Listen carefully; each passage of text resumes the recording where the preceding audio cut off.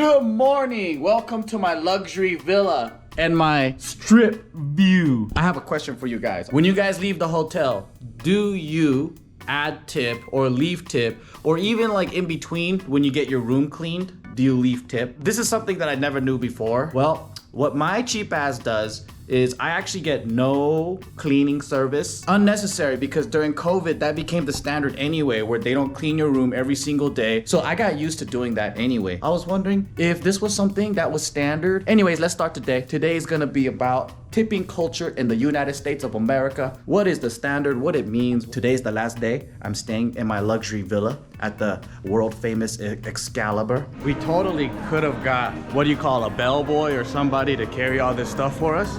But we haven't worked out today, and I just like watching Hannah do manual labor. I always get help when we don't have enough hands, and I would tip from $5 to $10 depending on how much work it is. I don't really know what the customary amount is for having someone helping you carry stuff, but that's what I do. This door right here, check this out. Boom, it opens for me. It gives good service. Should I tip it? When you get help from the hotel staff in the United Kingdom, what do? Do you tip them? Usually just like comfortables. No, seriously, what do you do? Do you give them money? Yeah, I think so. How much? Sometimes just give them like, I don't know, yeah, like a few pounds. What do you guys think? Because I know hotels and stuff like that exists out in Europe, Yeah. But also I don't go to hotels much in the UK unless oh, it's thank for God. work. Oh, for work. Insert the scan, go like that. And then it says add a tip. Yes. I'm gonna give them $5. When it comes to valet, I don't like to pre-tip, but I didn't have cash on me because if they come really quick, I end up giving them like $10, sometimes even 20 if I'm in a hurry. And I think I typically do about $5 every time the valet brings me my car. Some people, they give money when they drop off the car, and they also give money when they pick up the car. But me, I only do it when I pick up the car. I remember coming down to Vegas 2011. Back then, you didn't have to pay for parking. You didn't have to pay for nothing. Like, you could just go up to any casino, hotel, you pull up your car, and a valet will take your car for you. You give them like $1 or $2. I remember asking one time, I was waiting for my car and I was really curious, and I was like, do you guys get paid like a good wage? I just didn't know how it worked. And I'm like, you know, what if someone doesn't tip you? And they were super transparent. They're laughing and they're like, guys, like, I make like 100 grand on just tips. I love my job. And I was like, what the fuck? 100 grand? Now, I'm pretty sure that's probably not all valets. Like, maybe it's a Vegas thing. And maybe during that time too, it was like high cash, high volume, a lot of people coming in and out. That got me to start thinking so differently about like how the tip system worked for people that work in like high traffic places. Did you know one of my very first jobs was working in a restaurant? That's why restaurants service has a very special place in my heart. Special than my place. Yep, I love it more than you sometimes. One of the best things I think I wake up to is the thought of a cafe sedan, which is a Vietnamese iced coffee. Damn. I'll drink that in like 2 minutes. Oh yeah. And then be wild. Do you think couples that sit next to each other at a restaurant are cringe? We're really cringe all the time. One of my first jobs was a busboy, and I was making like, I want to say $30 to $50 in tips, and I was hooked. So the restaurant that I worked at, it wasn't high end, but then they served alcohol. Some restaurants, what they do is like they share tip with the shift, right? But for mine, the waiter got tipped. And then that waiter would pay out the busser, they would pay out the bartender, and they got tipped good. Like, some guys were running out of there with like 500 to 800 bucks. Some of the girls, like, they would make like $1,000 in one fucking night. When I leveled up and I became a waiter, I would make like 200 to 500 bucks a night. The reason why we're also talking about tipping too is I want to just show you guys what happened on Instagram. It's pretty funny because all up in the comments, everyone's like, oh, tipping should be a thank you, not a mandatory. Restaurants need to pay their employees better. 99% of all these people complaining are customers. They're not even people that work in service industry. And I love getting into these debates because when I look inside here, who's the ones complaining? Most people, though, I think are foreigners. They don't understand the tipping culture in America. You know, when you go to Japan or UK, it's included, it's baked into the price. That started changing though, you know. They're doing tips now? Yeah, so sometimes now when you go to certain restaurants, you'll go to the bottom and it'll say how much the tip is. So they don't do, you know, like in America where they take your card away and then they bring it back. They just bring the machine, and sometimes it'll have like a button. Yeah. But when I was growing up, it was always more like, say the meal was like, I don't know, £25. You would just give them 30 and say keep the change. It was that kind of system rather than like a 15%, 20%, whatever, but it has started to change now. So you mean it's changing as in like people leave tip when they didn't in the past? Where it's more expected and included. How do you feel about tipping though? I do it automatically. Yeah. When I worked in the bar, it was attached to a theatre, and the theatre was considered a charity because it was funded like public money Yeah. and donations and whatever. So we weren't technically allowed to accept tips. It's not common to tip in a bar. We always knew, especially because where I worked at the National Theatre. There's a lot of tourists and everything walking up and down, and we knew that if Americans come in and they have a British card, they've been here long enough and they know that they don't need to tip. Yeah. If they have an American card still, then they don't know when they'll tip you. Yeah. So we would always give better service to Americans that still had the American Because they'll card. tip you, right? Yeah, And they that's do. funny. How much were you getting paid? There's two things in the UK. There's Yeah. minimum wage and living wage. Now, I was getting London minimum wage, a London living wage, so I was getting £10.50 an hour. It would have been about $14 to $15 an hour.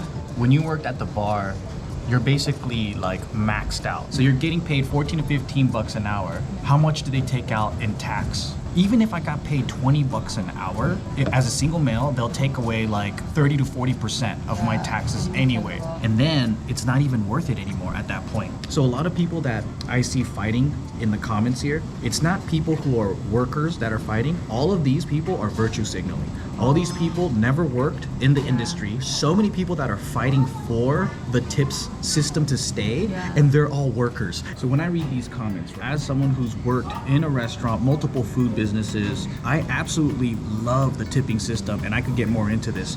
It kind of sucks when like there's people that are like trying to speak on your behalf. Restaurants should pay workers a fair wage, but it's like you haven't even worked as a server, and they're saying, no, shut the fuck up, don't talk on my behalf, because I'm out here making hella money. But here's the thing is that I think a lot of these people too look down on servers. Shut up, we don't need you. We don't need you to fight for us. You know what I've also noticed though is depending on the city in the UK, it changes. So like Liverpool, I've noticed people tip a lot more than in London. Really? In London, I had a lot of friends that worked in service, but were trying to do other things. In Liverpool, I had a lot of friends that worked in customer service roles. I think the culture around it's slightly different. There's like more kindness about it and more of like an understanding if we're all working. I don't think there's one cohesive system that has come in. Whereas smaller cities, I think it's easier to have like that kind of system come in place. When a guy tipped me, I think it was like £35 for a £30 bottle of wine. And I remember everyone in the bar got really creeped out because they thought he was just doing it to like get attention. Yeah. I'm like, we don't know where he's from. It could because he didn't say much. Yeah. So I don't know whether he was trying to get attention or trying to get in your pants. Yeah. Or whether he was just from somewhere where that was like the norm. Or, No, if you're in a drinking environment, that's pretty normal, at least in America. But here we go. Here's our spread today. We got some nem noon, spring roll. We got bang sao, which is like a Vietnamese omelet. And we got this thing too. I forgot the name of it, guys. It's like a tapioca udon noodle stuff. Like it's like seafood. First up, I'm gonna go for the nem noon. How big is your mouth? That's really good. It's time for the banh sao. I busted out this lettuce wrap. I got the lettuce. I got this. I got these. I got these. I got these. I got these. I got the mint leaf.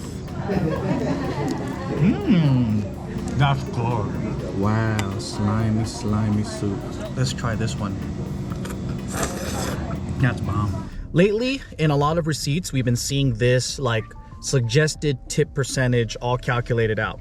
And I'm super duper thankful that they did that. I remember when I was waiting tables, and a lot of the times I get short on tip, but what I realized is a lot of people can't do math, like bust out their calculator maybe because they're embarrassed. Now, if you don't understand what the percentages are for and what they suggest and all that, I'll get to that. On the serving end, I'm super freaking happy that they did that. Now, as a customer, that number makes it seem like it's mandatory. When you see those percentages, it suggests like, hey, this is what you should be paying at the least. Average used to be about 15% of your gross, but now now you see like 18% being the norm, 20% being the norm. I don't even know who created this like credit card receipt system where they did the calculation for you. But I grew up in an immigrant household where my dad thought that all you had to do was pay $1 or $2 for tip, because they don't tip in Japan. And I remember people would like kind of look at us dirty or be mean to us, and I used to just think that it was racism. But then I realized later on, they're just like, hey, they're looking at my dad like, dude, what the fuck, man? I worked so hard and you just gave me $1. Like, did I do something wrong? And I feel like that happens a lot here in the States, because when I was waiting tables, like when I had a table full of foreigners, they don't understand and they don't need to tip. But I do think in a country that's like so diverse, like America, that tipping culture has to be explained. I think the more Americanized you are, the more like you understand the restaurant experience here, they end up tipping more because they value the service, the conversation, your suggestions, your interaction, how quick you are, how attentive you are. That to me is not like white or black or Asian or whatever. I think it's like people that have been in America for a long time. They worked in the service industry and they understand the value behind certain things. As servers, we're all like salesmen. You kind of know when people come into the restaurant too, who's gonna tip and who won't, because of how they interact with you. Because some people, they rather pay a little bit more, and they might even sneak you like $40 in the very start, just so you'll run the food out quicker because they're in a hurry. I was on the positive receiving end of the whole tipping culture, but I can also see that if you don't know what type of things you can ask for, you're like, what am I paying all this extra money for so you could go get me water? Oh, that was so bad. And then so, yeah, tell them that experience. No, so like we went to this breakfast place, we ordered like food obviously, and then I got water, juice and a coffee, right? By the time I finished the juice and the water, I didn't want the coffee. I just wasn't thirsty anymore. I was full up to the top of liquid. It was just there. And the waitress comes over and she's like, oh, do you not like the coffee? And I'm like, oh no, it's fine, I just don't really want it. And she was like, is it not good? And I was like, no, it's fine. I'm not thirsty. Like, she was like, oh, do you want us to swap it out? We can do an iced coffee. We can do this. We can do that. And I'm like, no, it's not the coffee. I'm just not thirsty. And she's like, do you want us to take it off the bill? I'm really sorry. Like, if it's not what you wanted. And I'm like, no, I just over-ordered. That's on me. That's my bad. And she kept going on. But you felt so bad you wanted to finish the whole coffee? I drank the whole coffee. Because there's a lot of people out there that don't like conflict. I won't deal with it. Like I'll eat it. Like it's the wrong order, whatever. Sometimes I'll eat it. But if they're attentive and then they go, oh shoot, was that the wrong drink that I brought out? And I'm like, yeah, actually it was. And then they're like, let me fix that for you. And I'm like, you know what?